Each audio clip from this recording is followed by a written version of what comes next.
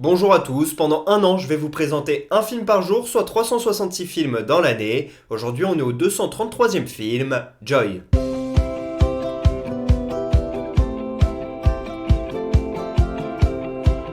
Joy est un film sorti en 2015 réalisé par David O. Russell. C'est une fiction qui s'inspire de la vraie vie de Joy Mangano, la femme qui a créé le ballet à serpillière dans les années 90. Et dans ce film, Joy est dans un contexte particulier. Elle vit vraiment dans des conditions précaires. Alors, elle a une famille aussi très bizarre. Vous allez essayer de suivre, c'est pas assez compliqué. Donc, elle vit avec ses parents qui sont dans la maison, mais ses parents sont séparés. Par contre, ils vivent tous les deux dans la maison. La mère, elle est dans sa chambre et elle ne lâche jamais la télé, alors que son père vit dans le sous-sol. Et dans le sous-sol, il y a également l'ex-mari de Joy qui habite, parce qu'il n'a jamais quitté la maison, même s'ils sont divorcés depuis 2 ans. Et Joy a également 2 enfants. Et puis en plus de ça, il y a la grand-mère qui est là et qui est un petit peu le seul soutien moral de Joy. Donc j'espère que vous avez capté un petit peu toute cette famille qui est vraiment particulière. Et donc dans ce film, on suit Joy qui essaie de lancer son entreprise de ballet à serpillière, mais comme on va le voir, c'est assez compliqué pour elle.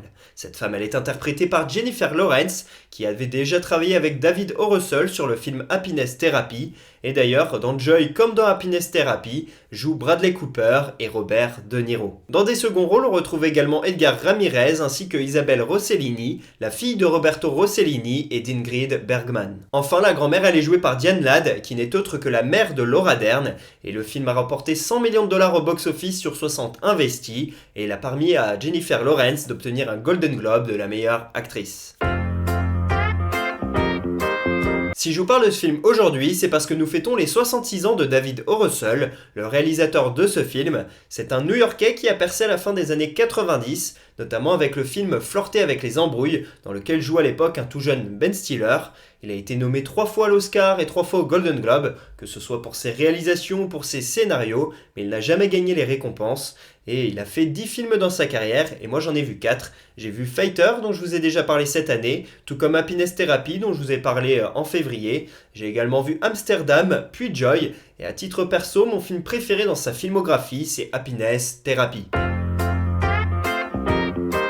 Ce film, je l'ai vu il y a quelques semaines. Aujourd'hui, il était prévu que je vous parle d'un film de David O. Russell, mais à la base, je devais vous parler d'Amsterdam.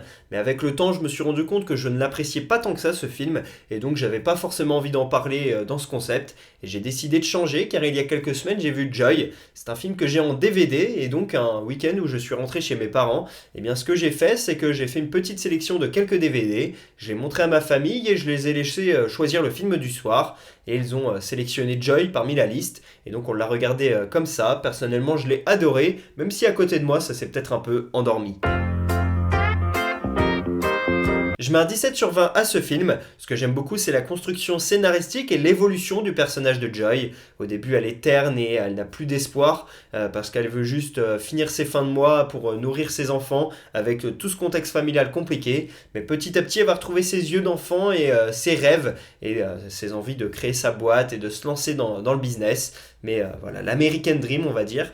Et ça, j'aime beaucoup. Et aussi, également, on peut dire que ce film est féministe, puisqu'on voit des personnages masculins, mais également féminins autour d'elle, qui sont des boulets dans son développement personnel et dans son épanouissement. Mais Joy est une femme forte et on voit qu'elle tient la baraque. Et c'est un film qui est vraiment féministe de ce point de vue-là. Et c'est ce que j'aime énormément.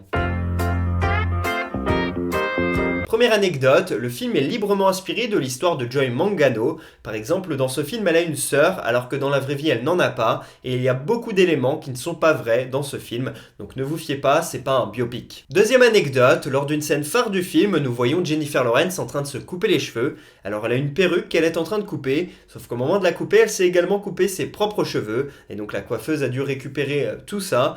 Et puis, bien évidemment, il a fallu la faire en une prise, cette scène. Et Jennifer Lawrence en a été capable. Troisième anecdote, dans ce film on voit des présentatrices télé. Il y en a une qui est interprétée par Melissa Rivers qui joue le rôle de sa propre mère, Joan Rivers, et puis il y en a une autre qui est Drena De Niro, la fille de Robert.